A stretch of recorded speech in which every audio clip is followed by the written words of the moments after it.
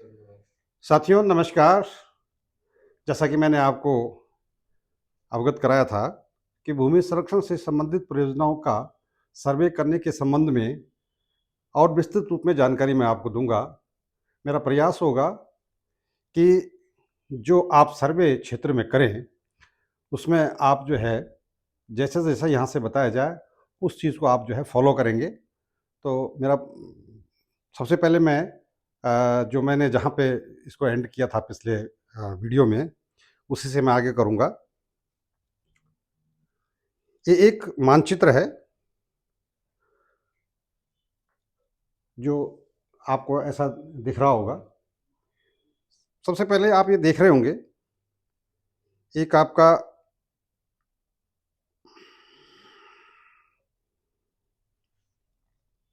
एक मैप है ये।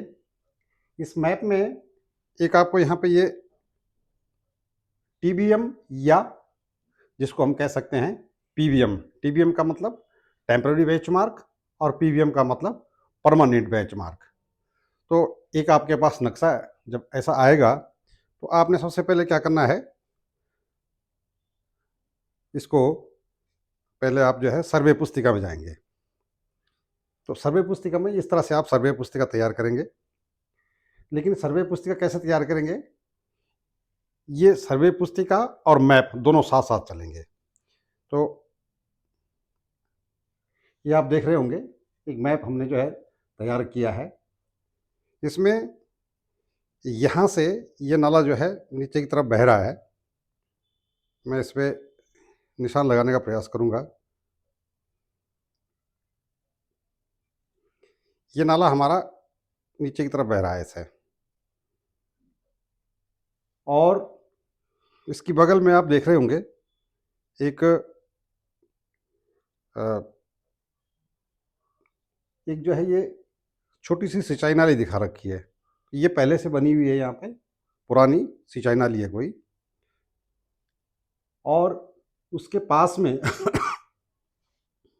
उसके पास में आप देख रहे होंगे ये जो है पूरी एक कृषि भूमि है, और ये भी कृषि भूमि है पूरी। ये यहाँ से लेकर के यहाँ तक, ये ठीक से आ नहीं रहा है राइट। ये ये पूरा जो है ये आप देख रहे होंगे, ये टोटल जो है ये जो है एग्रीकल्चर लैंड है पूरा। ये एक किस्म से परियोजना का क्षेत्रफल भी है।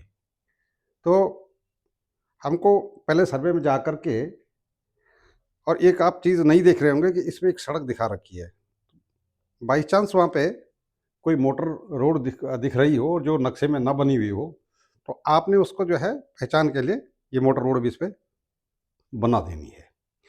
उसके बाद आपने यहाँ से जहाँ ये टीबीएम या पीवीएम, टीबीएम का मतलब टेम्पररी बेंचमार्क, टेम्पररी बेंचमार्क में कोई बड़ा पत्थर हो सकता है, कोई दीवार हो सकती है, या कोई बना हुआ कोई स्ट्रक्चर हो सकता है जो कि भविष्य में टूट सकता है। लेकिन परमानेंट बेंचमार्क में कोई मकान बना हुआ है या कोई बड़ा दरख्त या पेड़ वहाँ पर उसके पास में है, तो वो हम पीवीएम से और जहाँ से हम सर्वे शुरू कर रहे हैं उसके बीच की कितनी दूरी है वो नाप लेते हैं, और उसको हम फील्ड बुक में दर्ज कर देते हैं कि हम इतनी दूरी से हमने सर्वे शुरू किया। तो सबसे पहले हम यहाँ से चले, और यहाँ पर हम आप देख रहे होंगे कि दो दीवार जो है, ये नंबर ए और ये नंबर एक और नंबर दो, ये हमने इस पर जो है प्रस्तावित की हैं। तो यहाँ पे सपोज ये दोनों तरफ से जो है टूट रहा है, तो यहाँ पे हमने जो है ये दो दीवार प्रस्तावित कर दी। उसके बाद 3 और 4 नंबर दीवार प्रस्तावित करी, और उसके बाद जो है एक हमने चेक डैम प्रस्तावित किया। सपोज दोनों किनारों से जो है कटिंग हो रही है, लैंडस्लाइड हो रहा है, या किनारे का कटाव हो रहा है, एग्रीकल्चरल लैंड टूट रही है, नाले में गिर रही है, तो वहाँ पे हमने जो है सुरक्षा दीवार या तटबंध लगा दिया। लेकिन उसके साथ ही साथ उसकी जो है बेड जो है गहराई में वो कट रही है, तो उसकी बेड को रोकने के लिए, बेड एरोजन को रोकने के लिए हम एक चेक डैम वहाँ पे प्रस्तावित करते हैं। ये मैं आगे बताऊंगा किस तरह से जो है उसको फील्ड बुक में लिखा जाना है। तो इस तरह से हमने लेकर के एक हमने जो है ये सर्वे कर दिया। अब इस सर्वे को हम देखेंगे अपनी जो है फील्ड बुक में हमने कैसे लिखा है। ये आप देखेंगे, एक हमने जो है ये एक फील्ड बुक तैयार की है। इसमें हमने सबसे पहले ऊपर जो है सर्वेक्षण का दिनांक लिखा है ऊपर, यहाँ पे सर्वेक्षण के दिनांक के बाद जो है समतल पर लीडर कौन है, सहायक कृषि अधिकारी वर्ग 1 है, या कृषि एवं भूमि संरक्षण अधिकारी है, या सहायक कृषि अधिकारी वर्ग 2 है, उसका नाम लिखना है और उसका पद नाम लिखना है। उसके बाद नियोजन कौन कर रहा है, यानी प्लान कौन बना रहा है, उसका नाम लिखना है। सपोज वर्ग 3 का या वर्ग 2 का कोई हमारा साथी उस परियोजना का नियोजन कर रहा है तो उसका नाम लिखना है, जो परियोजना का प्रभारी होगा या न्याय पंचायत का प्रभारी होगा। उसके बाद तीसरे नंबर पे आप देख रहे होंगे स्टाफ। एक स्टाफ ये होता है ना कि जो आईओपी लेवल या डंपी लेवल लगाते हैं, तो उस पे जो है उसको जो पकड़ के रखता है उसको जो है स्टाफ पे लगाते हैं, और फीता जिसके पास होता है उसको हम जो है फीते वाला व्यक्ति कहते हैं। तो उस पे दोनों किसान भी हो सकते हैं और कर्मचारी भी हो सकते हैं। जो आपको इजीली उपलब्ध हो उसको आप जो है उस पर रखेंगे। उसके उपरांत सबसे पहले आप यहाँ से शुरू होंगे। ये आपने यहाँ पर देख लेंगे आप खसरा नंबर लिखा हुआ है ऊपर। ये खसरा नंबर सबसे पहले तो आपने जो है उस ग्राम का नाम और उस गदेरे का नाम, यदि 2 नालों पर आप सर्वे कर रहे हैं तो नाला नंबर 1 और नाला नंबर 2।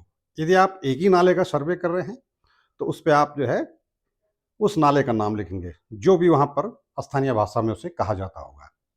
लिखने के बाद आपने जो है सर्वेक्षण कार्य शुरू किया। तो सबसे पहले हमने क्या किया है, संरचना नंबर 1। अब ये संरचना नंबर 1, ये दूरी आप देख रहे होंगे, ये दूरी यहाँ से थोड़ा सा कम दिख रही है, कट गया है थोड़ा, 10 मीटर से, 0 से 10 मीटर पे, 0 से 10 मीटर पर। जरा इसको मैं थोड़ा सा दोबारा रिवाइज करता हूँ, ये फोटो इसका सही नहीं आ रहा है।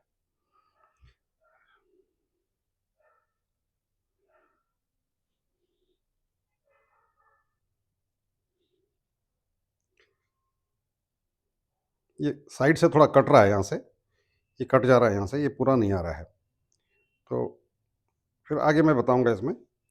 ये 0 से 10 मीटर पे आपकी संरचना आई, सपोज सुरक्षा दीवार आई, तो आपने ये सुरक्षा दीवार लिख दी यहाँ पर। संरचना नंबर 1 सुरक्षा दीवार, संरचना नंबर 2 सुरक्षा दीवार, संरचना नंबर 3 सुरक्षा दीवार, और यहाँ साइड में आप ये इसका साइज लिख दिया आपने।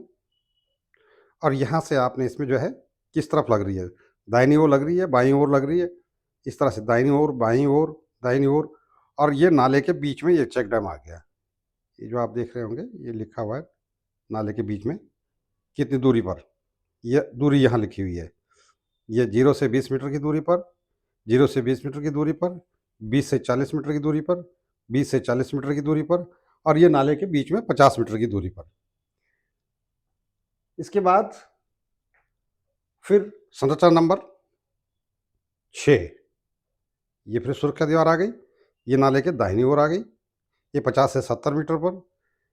ये आप जब नाप के चलेंगे तो आप इसको जो है फील्ड बुक में भी लिखेंगे साथ ही साथ, और नक्शे में भी उसके निशान लगाएंगे, या नक्शे में अगर आप लिख देंगे तो फील्ड बुक आप बाद में भी बना सकते हैं। तो इस तरह से जो है करते हुए आप चलेंगे। संरचना नंबर 7, संरचना नंबर 8, संरचना नंबर 9, संरचना नंबर 10, संरचना नंबर 11, 12, 13, 14, 15, 16, जितनी भी संरचना लगनी है। और यहाँ आप उस पर दूरी पे लिखते जाएंगे, 90 मीटर पे, 100 से 120 मीटर पे, 110 से 120 मीटर पे, 130 से 140 मीटर पे, 130 से 150 मीटर पे, जहाँ 20 मीटर की आएगी। इस तरह से लिखते हुए आप इस फील्ड बुक को तैयार करेंगे। इस फील्ड बुक के आधार पर फिर आप जो है आएंगे प्लान मैप पे। अब इस प्लान मैप पे आप देख रहे होंगे जो मैं कह रहा था 0 से 10 मीटर पे, तो ये आपने जो है जहाँ तक आप इसको रखेंगे, यहाँ तक रखेंगे, तो यहाँ तक आप इसकी दूरी लिखेंगे, और ये दोनों तरफ आपकी दीवार आ गई। ऐसे ही यहाँ पर आप रखेंगे, ये दोनों तरफ दीवार आ गई, ये बीच में चेक डैम आ गया। तो इनमें आप संरचना नंबर ही लिखेंगे, आप दीवार का नंबर नहीं लिखेंगे, सिर्फ संरचना नंबर लिखेंगे। 1, 2, 3, 4 और 5 नंबर पे ये चेक डैम आ गया। 6 नंबर पे फिर आपकी साइड वॉल आ गई, 7 नंबर पे फिर साइड वॉल आ गई, 8 नंबर पे आपका फिर ये चेक डैम आ गया, 9 नंबर पे दो एक दीवार आ गई, 10 नंबर पे दीवार आ गई इधर, 11 नंबर पे इधर साइड वॉल आ गई, 12 नंबर पे इधर साइड वॉल आ गई, 13 नंबर पे आपका फिर चेक डैम आ गया, 14 नंबर पे फिर आपकी साइड वॉल आ गई, 15 नंबर पे फिर आपका साइड वॉल आ गई, 16 नंबर पे साइड वॉल, 17 नंबर पे साइड वॉल, 18 नंबर पे साइड वॉल, 19 नंबर पे साइड वॉल। इस तरह से हमने जो है वहाँ पर मौके की स्थिति के अनुसार इसको प्लानिंग कर दिया। साथ ही साथ हमने क्या करना है, इसमें ये जो हमारा एरिया यहाँ दिख रहा है ये वाला, इस पे हमने जो है वहाँ ग्रामीणों से पूछ करके कि यदि ज़मीन उसी गाँव की है तो कृषि भूमि फलां गाँव की, और यदि उसकी बाउंड्री परियोजना की बाउंड्री किसी दूसरे गाँव से लगती है तो उसका गाँव का नाम लिख देना है यहाँ से साइड में, जहाँ जो मिलान हो रहा है उसका। और ये हमने साथ ही साथ इसका ये जो है ये एनएस इस पे लगा दिया है। ये एनएस लगाना बहुत ज़रूरी है। हमेशा जो खसरे नंबर लिखे जाते हैं वो नॉर्थ से साउथ को लिखे जाते हैं। तो ये आप देख रहे होंगे जो नंबर लिखे हुए हैं या जो नंबर लिखेंगे आप इस तरह लिखेंगे, आप इस तरह नंबर नहीं लिखेंगे, इस तरह से नंबर लिखेंगे। तो इस प्रकार से हम जब इसमें इसका सर्वे कर देंगे, सर्वे करने के बाद हम वापस अपने मुख्यालय पर आएंगे। मुख्यालय पर आने के बाद जो है फिर हम इसका फील्ड बुक तैयार करेंगे, और फील्ड बुक तैयार करने के बाद हम क्या करेंगे, इसका एस्टिमेट बनाएंगे। तो ये आप देख पा रहे होंगे भूमि संरक्षण आकार पत्र 3 में हमने जो है एक एस्टिमेट तैयार किया है। रेट नहीं लगाए हैं क्योंकि पहले विभाग में रेट लिस्ट होती थी, तो एक एक चीज़ का अर्थ वर्क का रेट क्या है, स्टोन वर्क का रेट क्या है, उसके हिसाब से हम जो रेट लगाते थे। लेकिन जैसे मैंने पहले आपको अवगत कराया था कि अब एसओआर और डीएसआर के जो दरें हैं वो पूरे उत्तराखंड में जिलेवार और ब्लॉकवार जो है आवंटित कर दी गई हैं। उसके लिए जो है कई विभाग जो है उनकी कमेटी होती है, और उन कमेटी में जो है एसओआर डीएसआर तैयार किए जाते हैं, जिसमें कि वो लोग जो है ये प्रत्येक जनपदवार रेट तय कर देते हैं। तार में है, बिना तार में है, या सीमेंट कंक्रीट में है, तो उसके रेट बन जाते हैं। तो उसकी बहुत बड़ी एक शेड्यूल रेट की एक लिस्ट है जो कि जो है ऑनलाइन भी है और ऑफलाइन भी है। तो वहाँ से हम प्राप्त करके इस पर रेट लगा देते हैं। हम आज देखते हैं कि हम किसी एस्टिमेट को जब तैयार करते हैं, किसी स्ट्रक्चर का एस्टिमेट बनाते हैं, तो उसमें क्या-क्या प्रक्रियाएँ और क्या-क्या चीज़ हम उसमें गणना करते हैं, प्राकलन तैयार करने के लिए, एस्टिमेट तैयार करने के लिए, वो हम देखते हैं। सबसे पहले हम क्या करेंगे, ये देख रहे होंगे आप, भूमि संरक्षण कार्य ये क्या है, नाला नियंत्रण है। तार जाल में सॉरी चेक डैम आ गया पहले, चलो चेक डैम से ही शुरू करते हैं। तार जाल में नहीं, पहले आपको सुरक्षा दीवार का वो बताते हैं। ये एक सुरक्षा दीवार है। नाला नियंत्रण हेतु तार जाल में सुरक्षा दीवार एवं चेक डैम निर्माण, नाला नंबर 1।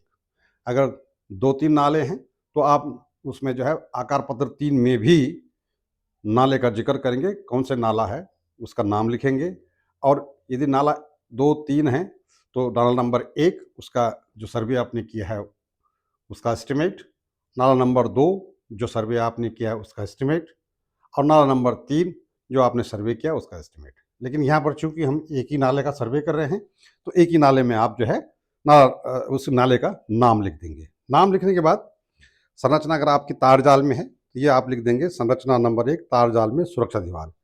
उसका आकार आपने क्या फील्ड बुक में रखा है वो हम यहाँ इंगित कर लेंगे। यह है जैसे 20 मीटर की दीवार है, 1/20 उसका बेस है, 80 सेंटीमीटर टॉप है और 1.5 मीटर हाइट है, तो हम उसका आकार सबसे ऊपर लिख लेंगे। इसके उपरांत हम देखेंगे उसमें मृदा कार्य। मृदा कार्य में 2 तरह के मृदा कार्य होते हैं। एक 20% तक बज्र युक्त मृदा होती है, एक 20 से 50% तक बज्र युक्त मृदा होती है। एक 50% से अधिक अगर मिट्टी में जो है बजरी है तो वो लिख दी जाती है। इन तीनों के रेट अलग अलग होते हैं। ये आपने देखना है कि उस मिट्टी में बजरी की मात्रा कितनी है, उसी हिसाब से उसके रेट तय किए जाते हैं और निर्धारित किए जाते हैं। शेड्यूल रेट में भी जहाँ पर ये लिखा होगा मिट्टी दर 50% से अधिक बजरीयुक्त मृदा वहाँ रेट अलग होगा। 20% से और 50% तक जहाँ बजरीयुक्त मृदा होगी उसका रेट अलग होगा। और 20% तक अगर मिट्टी में बजरी है तो उसका रेट कम होगा, वो अलग होगा। इस प्रकार से उसका रेट लगता है। तो यहाँ हमने लिख देना है 20% तक बजरीयुक्त मृदा में। उसके उपरांत सबसे पहले हम क्या करेंगे, जो दीवार हम लगा रहे हैं उसकी बैक साइड कटिंग कैसे होगी। अब आपको पता है कि जैसे हम कोई दीवार बना रहे हैं, ये नाला आ रहा है, सपोज ये ऐसे नाला इधर को जा रहा है, तो इस बैक साइड कटिंग यहाँ से कटिंग करेंगे, तब जाके हम यहाँ पे ये पूरा करेंगे। तो यहाँ क्या करेंगे हम, बैक साइड कटिंग में इसको 0 मानते हुए नीचे वाले को, और इसको 1 मीटर मानते हुए ये 0 + 1/2 इसका एवरेज ले करके, और हाइट हमारी चूंकि उसकी जो है ये जो हाइट है 1,20 रखेंगे इसको, ये 1,20 हाइट हो गई। तो इस प्रकार से इसकी हम जो है मिट्टी कटिंग करेंगे। और जितनी लंबाई है, ये 20 मीटर लंबाई है तो 20 मीटर लंबाई इसमें लिख देंगे, और इस प्रकार से इसका कैलकुलेशन करके ये 12 घन मीटर साइड कटिंग आ गई। उसके बाद इसकी नींव जब खोदेंगे, ये आपने पहले पटरा इसका लेवल कर लिया, उसके बाद जो नीचे जहाँ जितनी गहराई तक आपने जो है दीवार को ले जाना है, उतनी गहराई तक खुदाई करने के लिए उसकी नींव खुदान दिखाएंगे। तो 20 मीटर लंबाई है, 1,20 इसका बेस है। वैसे 1,20 ही नहीं रखा जाता है, ये तो स्ट्रक्चर का साइज 1,20 है, उससे 20-30 सेंटीमीटर जो है आप अधिक रखेंगे, 10 सेंटीमीटर अधिक रखेंगे, तो तब जा करके उसके अंदर जो है आपका जो तार है वो उस खांचे में बैठ पाता है। तो इसलिए 10 सेंटीमीटर फालतू लिया जाता है, और 40 सेंटीमीटर की गहराई है। तो इस तरह से हम इसको लिखेंगे और इसका कैलकुलेशन करेंगे, तो ये 9.60 घन मीटर जो है मिट्टी यहाँ पर कटान होगा। उसके बाद पत्थर चिनाई, यदि भराई है तो भराई लिखेंगे, आर ड्राई है तो आर ड्राई लिखेंगे। ये पत्थर चिनाई होगी। तो 20 मीटर का आपका स्ट्रक्चर है, 1,20 इसका बेस है, 80 सेंटीमीटर टॉप है, और 1.5 मीटर हाइट है। ये हम इसमें लिख देंगे। ये 2 जगह यहाँ ऊपर ये अर्थ वर्क लिखा होता है, और ये दूसरे खाने में स्टोन वर्क ये लिखा होता है। तो ये जो अर्थ वर्क वाला है वो इस खाने में लिखना है, और स्टोन वर्क इस वाले तरफ लिखना है। इसके बाकी आगे जो है इधर जहाँ नहीं होता है वहाँ डैश कर देना। ये डैश कर दिया जैसे हमने यहाँ। अब 30 घन मीटर इसमें स्टोन वर्क आ गया। उसके बाद ज्ञात करते हैं हम कितना तार इसमें जो है प्रयुक्त होगा। तो प्रयुक्त तार की मात्रा, सबसे पहले जो हमारा स्ट्रक्चर है उसके चारों ओर ऐसे स्फेरिकल में कितना तार आएगा वो निकाला जाता है, और टोटल लंबाई कितनी है स्ट्रक्चर की उसके हिसाब से उसकी तार की गणना करते हैं। तो 20 मीटर इसकी लंबाई है, बेस इसका 1,20 है, 80 सेंटीमीटर टॉप है, 1.5 मीटर पीछे की हाइट है, और सामने की हाइट चूंकि ये विकर्ण इसका निकल जाएगा तो ये करीबन 1,55 आएगा। इस तरह से ये जो है इसकी हाइट आ जाती है, जिसकी जो टोटल तार की मात्रा आ जाएगी 101.00 वर्ग मीटर। इसके 2 ढक्कन दोनों तरफ लगेंगे, दीवार के आगे और पीछे। तो इसका जो है ये आ जाएगा आपका 3 वर्ग मीटर।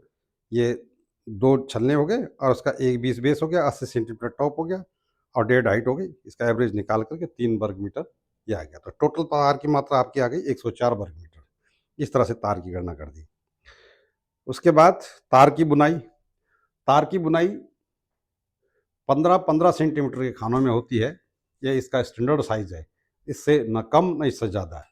अगर बड़ा पत्थर है तो वैसे ये हमारा जो नियम है वो 15-15 सेंटीमीटर ही इसकी बुनाई करने का है।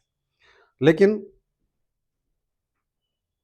कभी जैसे बहुत बड़े पत्थर आपके वहाँ पर साइट उपलब्ध हैं और सिर्फ आपने भरान करना है, तो उसके लिए जो है 20 बाई 20 सेंटीमीटर का खाना हो सकता है, 18 बाई 20 का खाना हो सकता है। वो आप तय करेंगे किस हिसाब के वहाँ पत्थर हैं।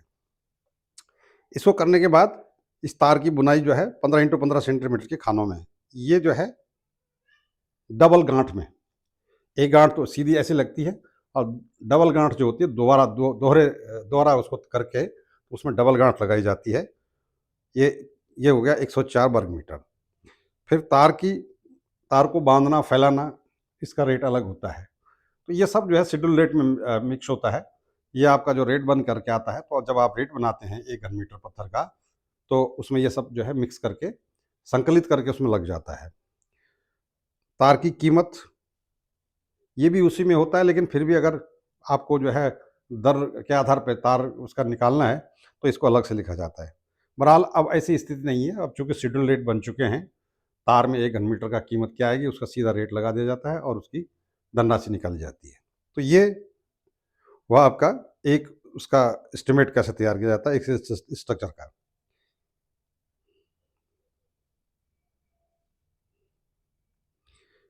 आगे चलेंगे, एक स्ट्रक्चर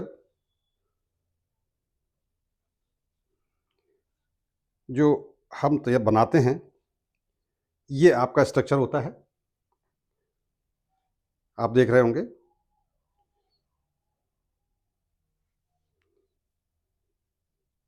ये इसका बेस हो गया,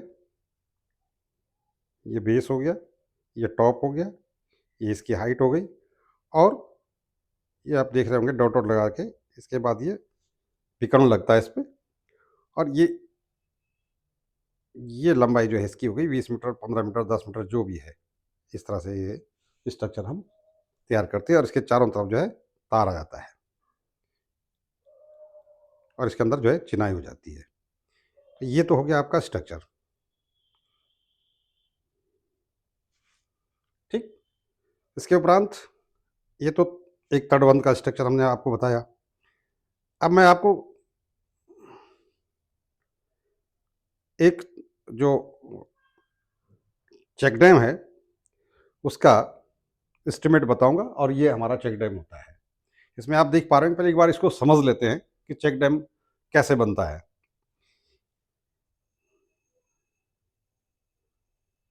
ये नाले के बीचों बीच बनता है।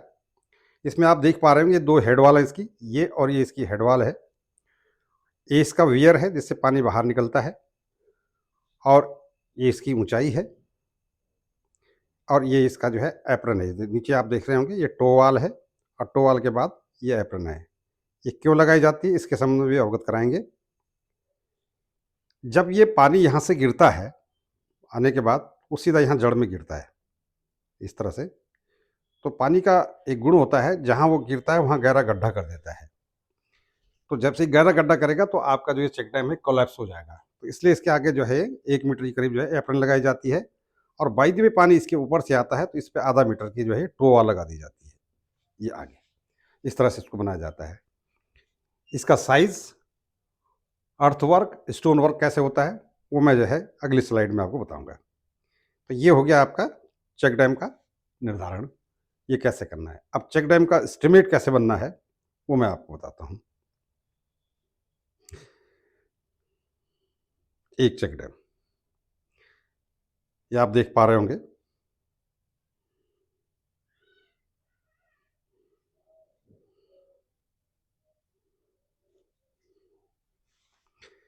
भूमि संरक्षण कार्य नाला नियंत्रण, संरचना नंबर 5, 4, 1, 2, 3, 4 दीवारें आई थी और उसके बाद 5वें नंबर पर क्या आया था, एक चेक डैम आया था।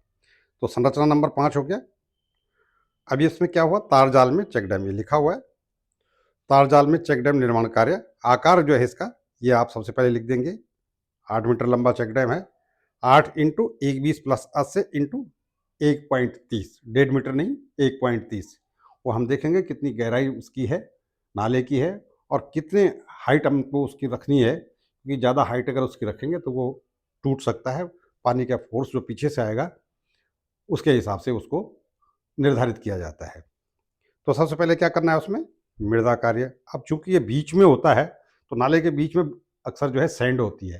तो यहाँ आप देख रहे होंगे 20 से 40% बजरीयुक्त मृदा में, 20 से 40% बजरीयुक्त मृदा में। ये इसलिए लिखा गया है कि क्योंकि बीच में जो है सैंड होती है, इसलिए इसकी खुदाई जो है बजरीयुक्त मृदा में होती है। तो सबसे पहले क्या होगा, इसकी साइड कटिंग आएगी। जो दोनों साइडें होती हैं उसकी, वो हमेशा इस शेप में होती हैं, ढालू शेप में। तो ये साइड भी कटेगी। हमेशा चेक डैम को जो है ज़मीन के अंदर जो है साइडों में हुक किया जाता है। तो जो हुक करना होता है तो उसकी कटिंग की जाती है साइड से। तो पहले क्या आएगी, साइड कटिंग आएगी। तो साइड कटिंग हो गई आपकी दोनों तरफ से। 0 एक तरफ हो गया, 1, 10 एक तरफ हो गया और 1 मीटर उसकी हाइट कटिंग कर दी हमने। माना हम ये मानते हैं 30 सेंटीमीटर ही ऊपर जाएगा, 1 मीटर तक इसकी कटिंग हो जाएगी। उसके बाद इसका ही पटरा कटिंग, जो नीचे उसका पटरा है उसको लेवल करने के लिए उसकी कटिंग की जाएगी। तो ये 8 मीटर है, 1/20 इसका चौड़ाई है और आधा मीटर जो है इसकी गहराई है। ये मान लेते हैं आधा मीटर गहराई तक ये कटेगा, तो इतना हमने जो है इसका पटरा कटिंग कर दिया। फिर इसमें जो एप्रन लग रही है, 8 मीटर की एप्रन लग रही है, जिसको हम एप्रन या टो वाल कहेंगे। ये एप्रन नहीं बल्कि ये टो वाल होगा, टो वाल। ये टो वाल जो है 8 मीटर होगी, जो सामने लगेगी इसके बाहर आधा मीटर अंदर होगी, आधा मीटर बाहर होगी। और उसके बाद इसमें लगेगी एप्रन, जो कि नैपी से गिरेगी जिसके ऊपर। तो ये 4 मीटर की, ये जो है 3.60 मीटर की होगी, आधा मीटर बाहर होगी उससे, और आधा मीटर इसकी ऊंचाई होगी। तो इस तरह से जो है हमने ये टोवाल और एप्रन दोनों जो है इसका अर्थ वर्क कर दिया। उसके बाद इसके अगले नंबर पे आएंगे हम पत्थर कार्य पे।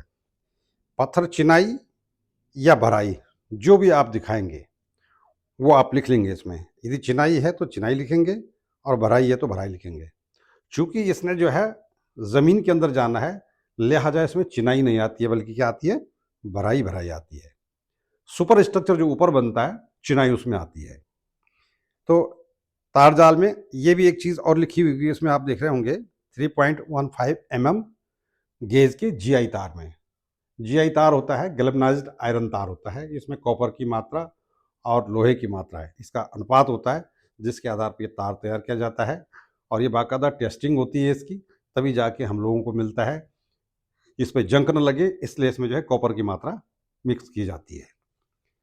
तो इसकी एप्रन में पत्थर भरान, जो हमारा ये एप्रन है, इसमें पत्थर भरान करके, तो ये क्या 3.5 मीटर इंटू आधा मीटर, ये जो हमारा बीच में था, जो मैंने स्ट्रक्चर में बताया था।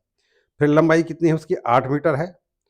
तो एप्रन में जो है 8 इंटू 1 इंटू 0.50, ये टोटल लंबाई जो सामने उसकी टोवाल है। उसके बाद आप देख रहे होंगे चेक डैम में पत्थर कार्य। तो चेक डैम कितने मीटर का है आपका, 8 इंटू 1/20 प्लस 80/2 इंटू 1/30, तो ये 10/40 आ रहा है। लेकिन इसके आउटलेट में पत्थर की कटौती हो जाएगी। ये तो पूरा जो हमने आप दिखाया था वो पूरा था, लेकिन जो ये आउटलेट बनता है ये वाला, ये आपको ध्यान होगा, ये जो आउटलेट बनता है इसका चेक डैम का, ये जो आउटलेट बना हुआ है,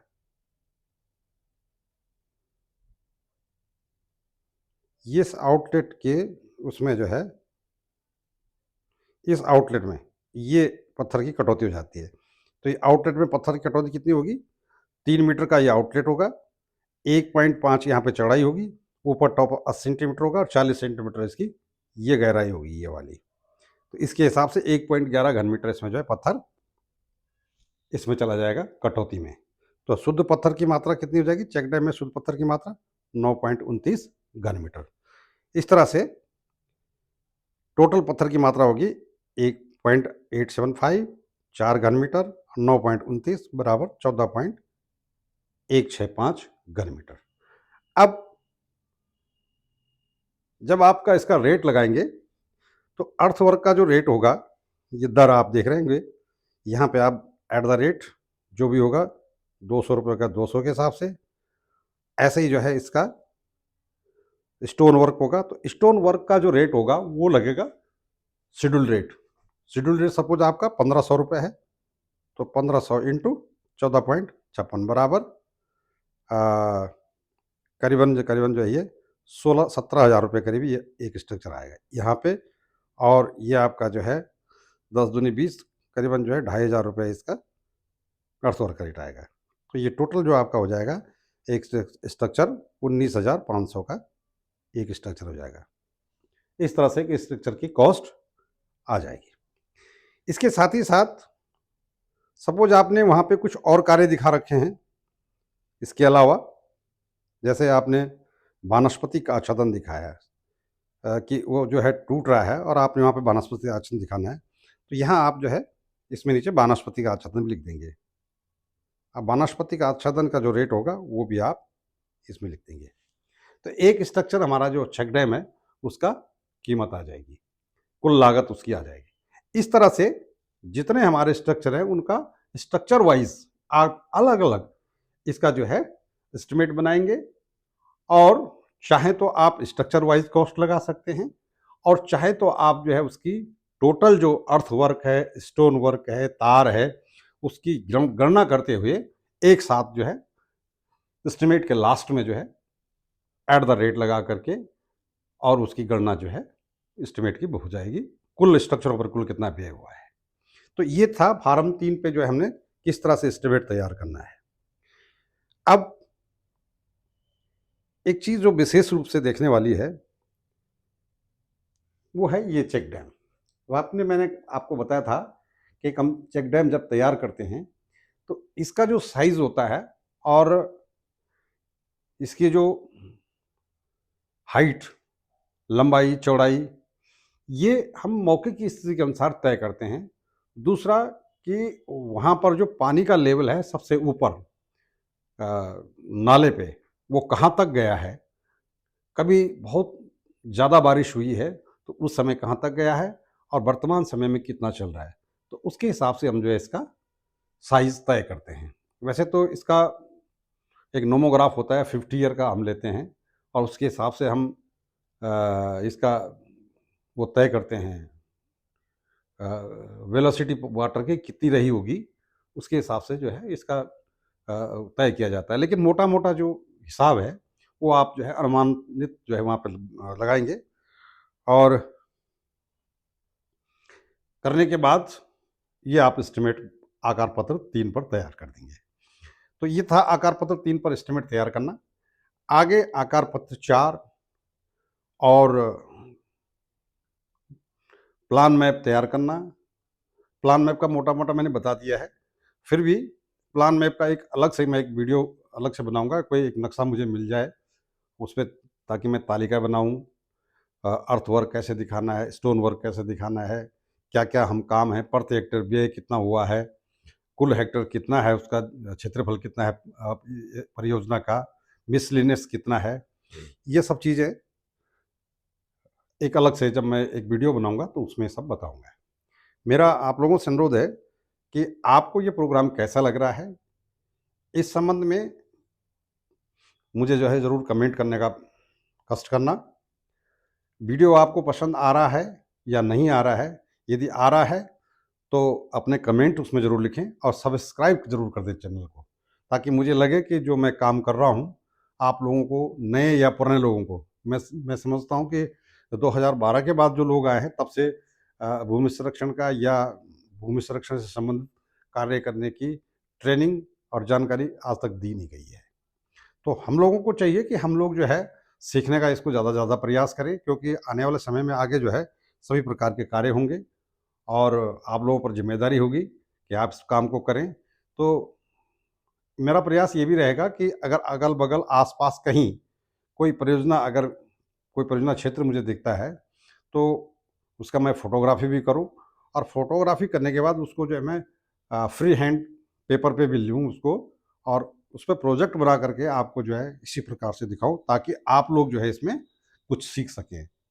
मेरा प्रयास होगा कि मैं आपके अनुसार ही जो आप लोग पूछेंगे, जानकारी करने की कोशिश करेंगे, वो मैं आपको बताऊँगा और मैं अपना आपको फ़ोन नंबर भी लिख देता हूँ कि यदि किसी व्यक्ति को पर्सनली अगर कहीं कोई सर्वे कर रहा है या कोई और जानकारी करना चाह रहा है, तो मैं पर्सनली उनको जो है बात कर सकता हूँ। मेरा फ़ोन नंबर आप नोट कर सकते हैं, 8279478228, ये मेरा फ़ोन नंबर है। आप इसको जो है इस पे मुझसे बात कर सकते हैं और मुझे अच्छा लगेगा जब आप मुझसे पूछेंगे कि हमने ऐसा-ऐसा क्षेत्र देखा है, इसमें ये काम हैं और उसका फ़ोटो खींच कर के आप मुझे भेजेंगे, तो मैं उसको देख कर के बता सकता हूँ, या आप वीडियो बना करके भेज सकते हैं, तो मैं वीडियो में बता सकता हूँ। जितना मेरे से संभव होगा मैं इस पे जो है आपका मदद करने का प्रयास करूँगा। एक तो मैं चाहता हूँ कि आप लोग जो है ज़्यादा से ज़्यादा इसको सब्सक्राइब करें, ताकि जो भी वीडियो मैं यहाँ बनाऊँगा योजनाओं से संबंधित, अभी तो सिर्फ सॉइल कंजर्वेशन की योजना की बात चल रही है। भविष्य में मैं कुछ और योजना भी जो हमारे प्रोग्राम चल रहे हैं विभाग में, उस संबंध में भी जो मुझे जानकारी है और प्राप्त होगी, वो मैं आप लोगों तक शेयर करूँगा। तो इन्हीं शब्दों के साथ आप सब लोगों का बहुत बहुत धन्यवाद।